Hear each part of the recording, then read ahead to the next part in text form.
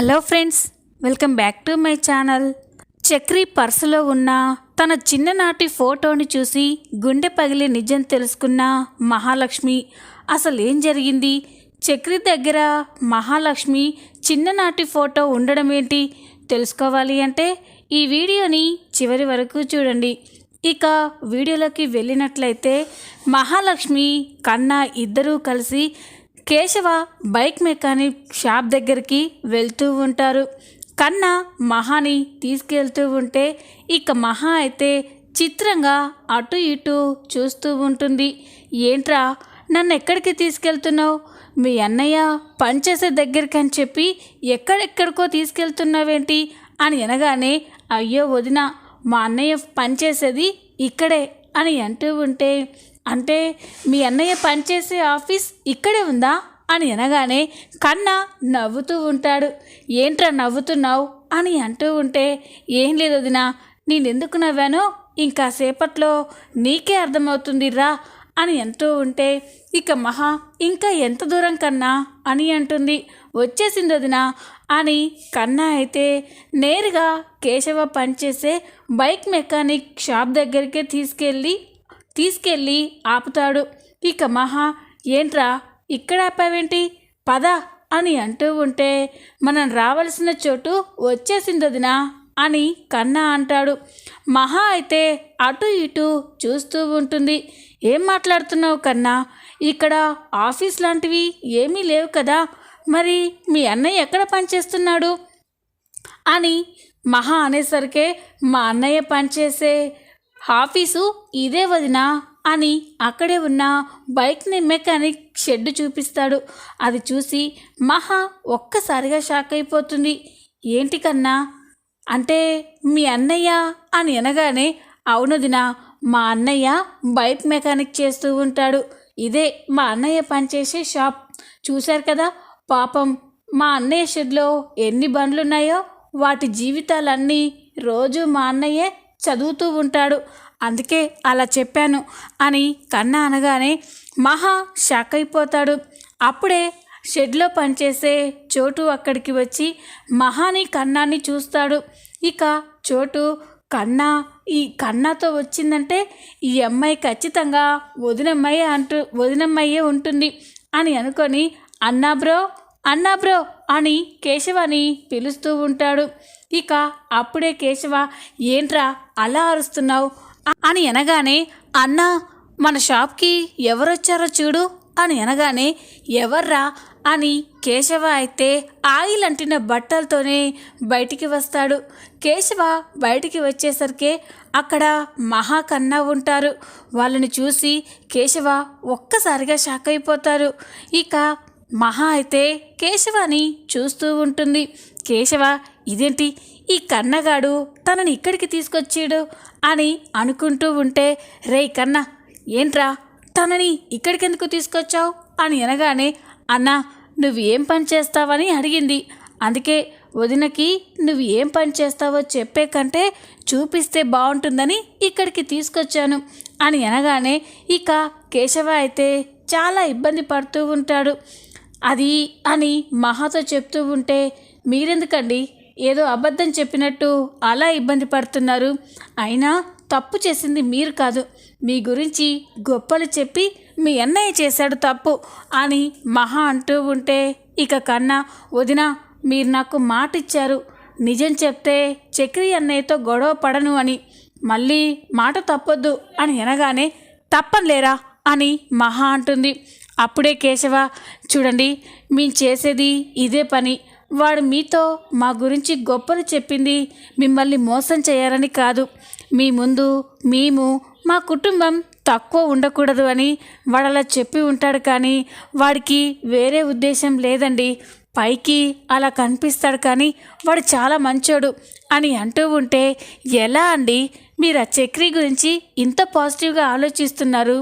ఇంట్లో మీరు, పెద్ది, కన్నా మీ ముగ్గురు చాలా మంచి వాళ్ళలా నిజాయితీ పరుల్లా కనిపిస్తారు, కానీ ఆ చక్రి మాత్రం అబద్ధాల కోరులా మాయగాళ్ళ కనిపిస్తున్నాడు అని అనగానే ఇక కేశవ లేదండి, వాడేదో చిన్న చిన్న అబద్ధాలు చెప్తాడు, అంతేకాని మోసాలు చేసేవాడు కాదు అని కేశవ అంటూ ఉంటాడు. ఇక మహా అక్కడే నిల్చుని ఉంటే రే చోటు వెళ్ళి 2 కూల్ డ్రింక్ తీసుకురారా, కూర్చోండి అని అంటూ ఉంటే ఇక మహా పర్వాలేదు, నేను కన్నా ఇంటికి వెళ్ళిపోతాం, మీకు వర్క్ ఉన్నట్టుగా చేసుకోండి అని అనగానే ఇక కేశవ సైలెంట్గా చూస్తూ ఉంటాడు. కన్నా పదరా వెళ్దాం అని కన్నా మహా ఇద్దరు కూడా తిరిగి ఇంటికి వస్తూ ఉంటాడు.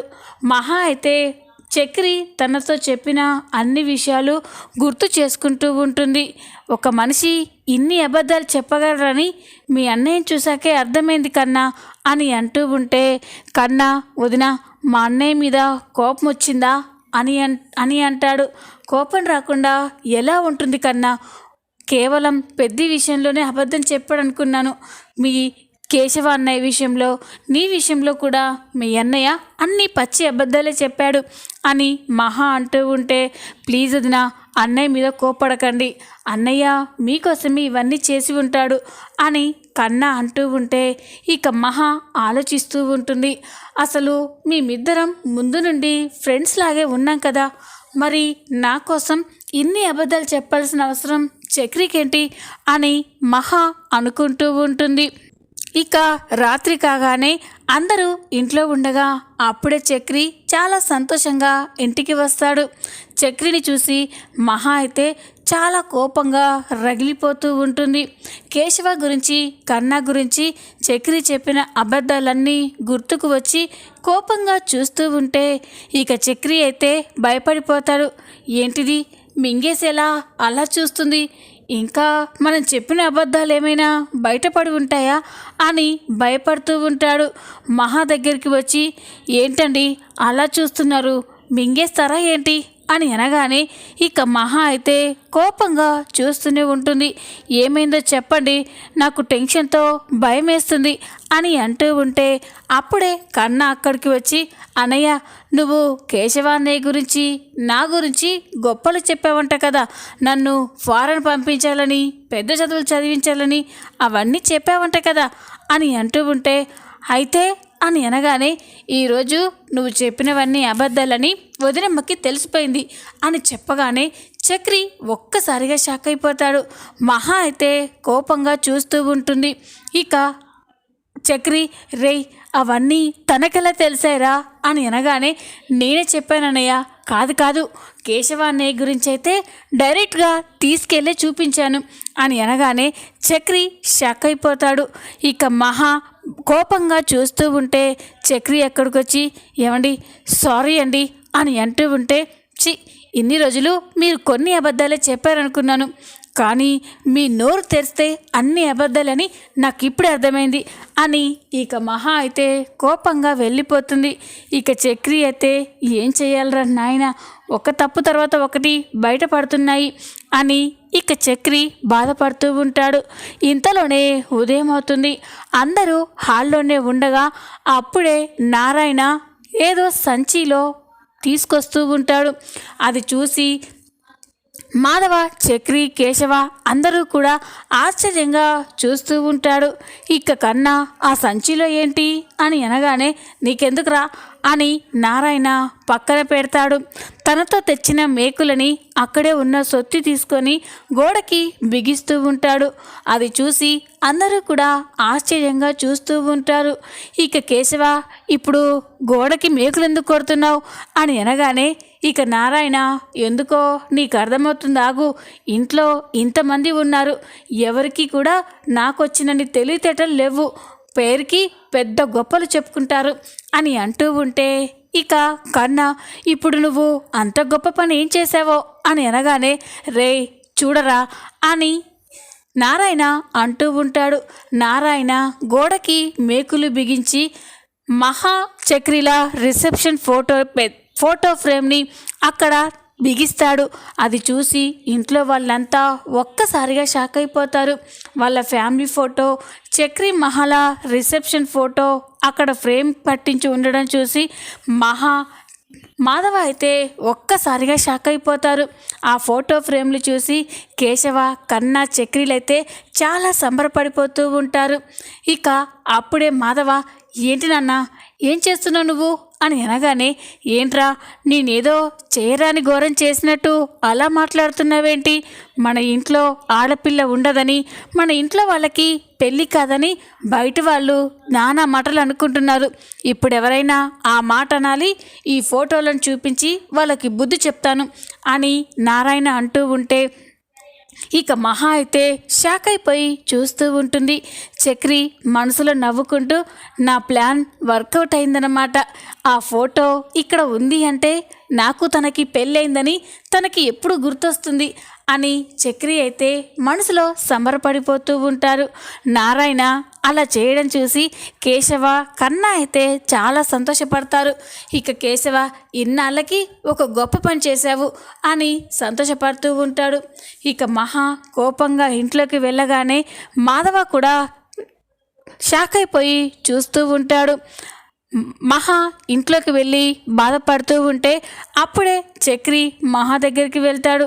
ఏమండి అది అని అంటూ ఉంటే ఇక మహా, ఏం చెప్పకండి, అసలు ఏమనుకుంటున్నారు మీరు?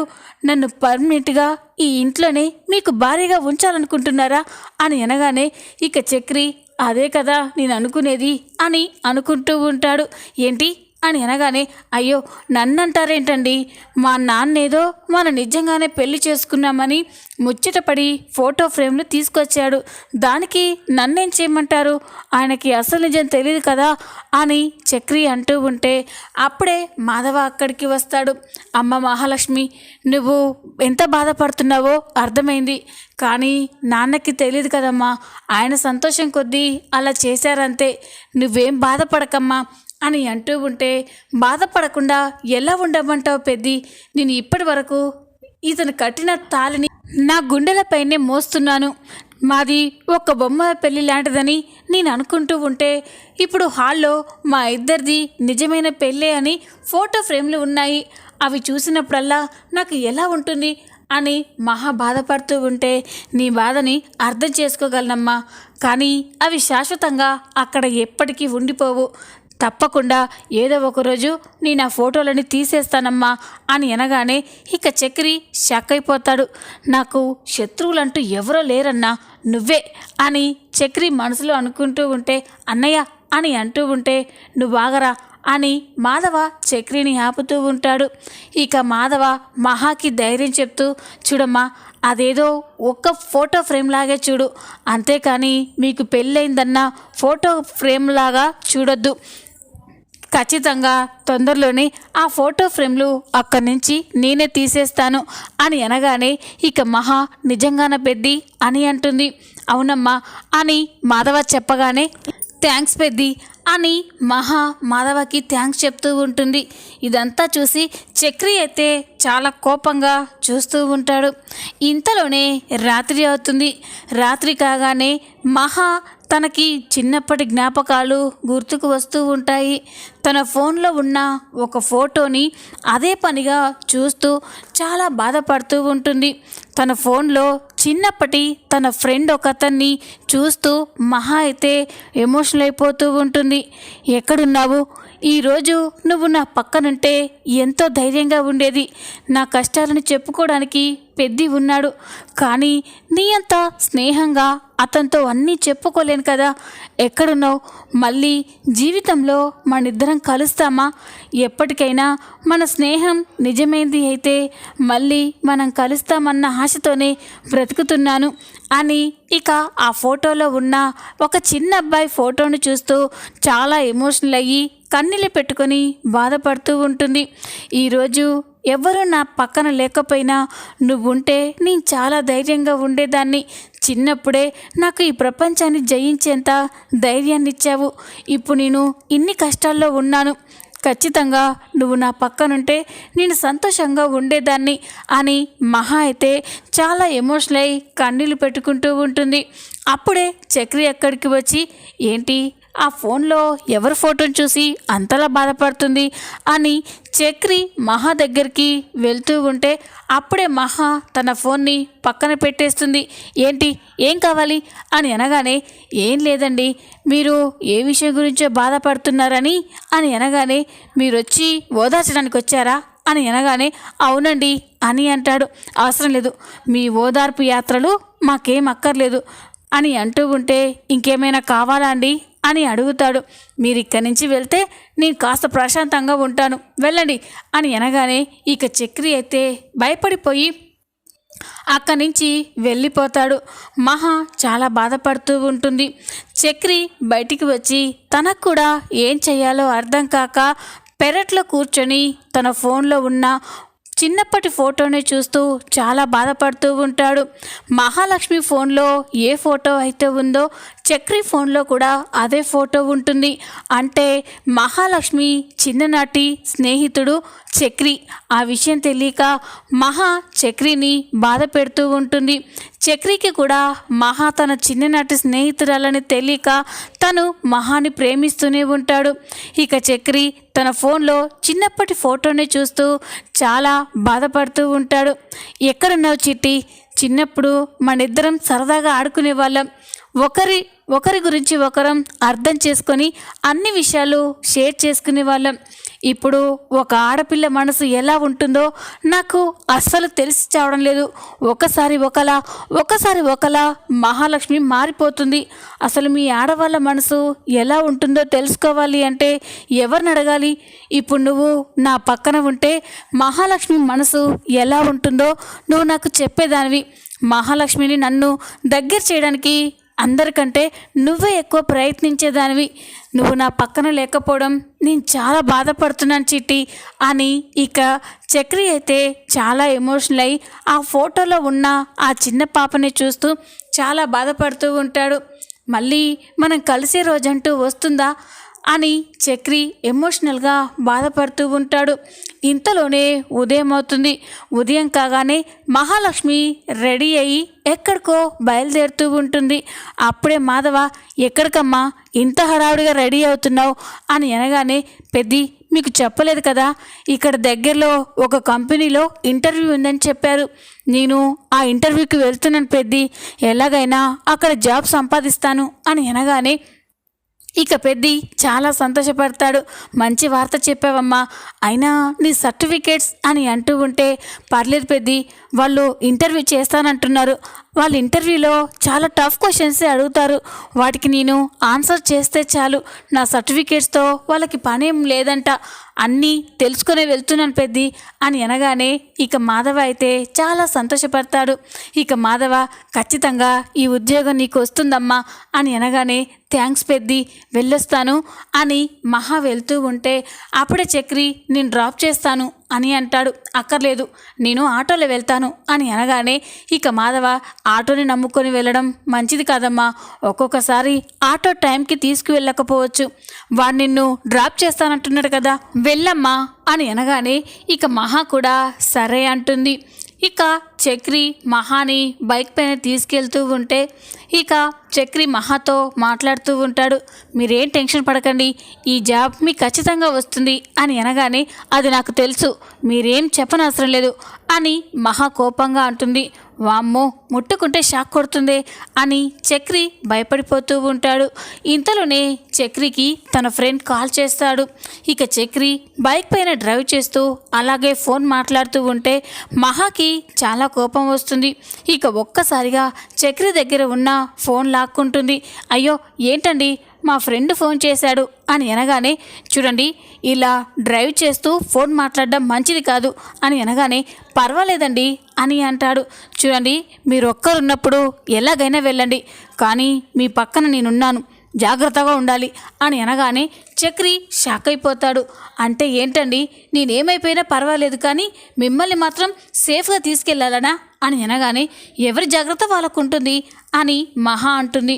మీరు నన్ను డ్రాప్ చేసేంత వరకు మీకు మీ ఫోన్ ఇవ్వను అని చెప్పగానే ఇక చక్రి సరే అని అనుకుంటాడు.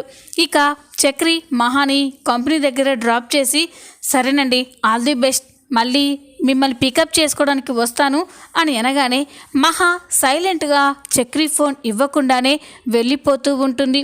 చక్రి కూడా తన ఫోన్ గురించి మర్చిపోయి అక్కడి నుంచి వెళ్ళిపోతాడు. మహా కంపెనీలోకి ఎంటర్ అవ్వగానే తన చేతిలో ఉన్న చక్రి ఫోన్ని చూసి అరే ఈ ఫోన్ చక్రిది కదా ఇవ్వలేదుగా అని అనుకుంటూ చక్రి ఫోన్ని ఆన్ చేస్తుంది. అలా ఆన్ చేసేసరికి చక్రి ఫోన్లో తన చిన్నప్పటి ఫోటో ఉంటుంది. ఆ ఫోటో చూసి మహా ఒక్కసారిగా షాక్ అయిపోతుంది. ఇదేంటి ఇది నా చిన్నప్పటి ఫోటో కదా, చిన్నప్పుడు నేను నా ఫ్రెండ్ బంటి ఇద్దరం కలిసి తీయించుకున్న ఫోటో, ఈ ఫోటో చక్రి దగ్గర ఉందేంటి అని ఆలోచిస్తూ ఉంటే అప్పుడే మహాకి ఒక విషయం గుర్తొస్తుంది. అంటే నా చిన్నప్పటి ప్రాణ స్నేహితుడే ఈ చక్రినా అని మహా షాక్ అయిపోయి సంతోషపడుతూ ఉంటుంది. చూద్దాం రాబోయే ఎపిసోడ్లో ఏం జరగబోతుందో. ఈ వీడియో కనుక మీకు నచ్చినట్లయితే లైక్ చేయండి, సబ్స్క్రైబ్ చేసుకోండి. Thanks for watching.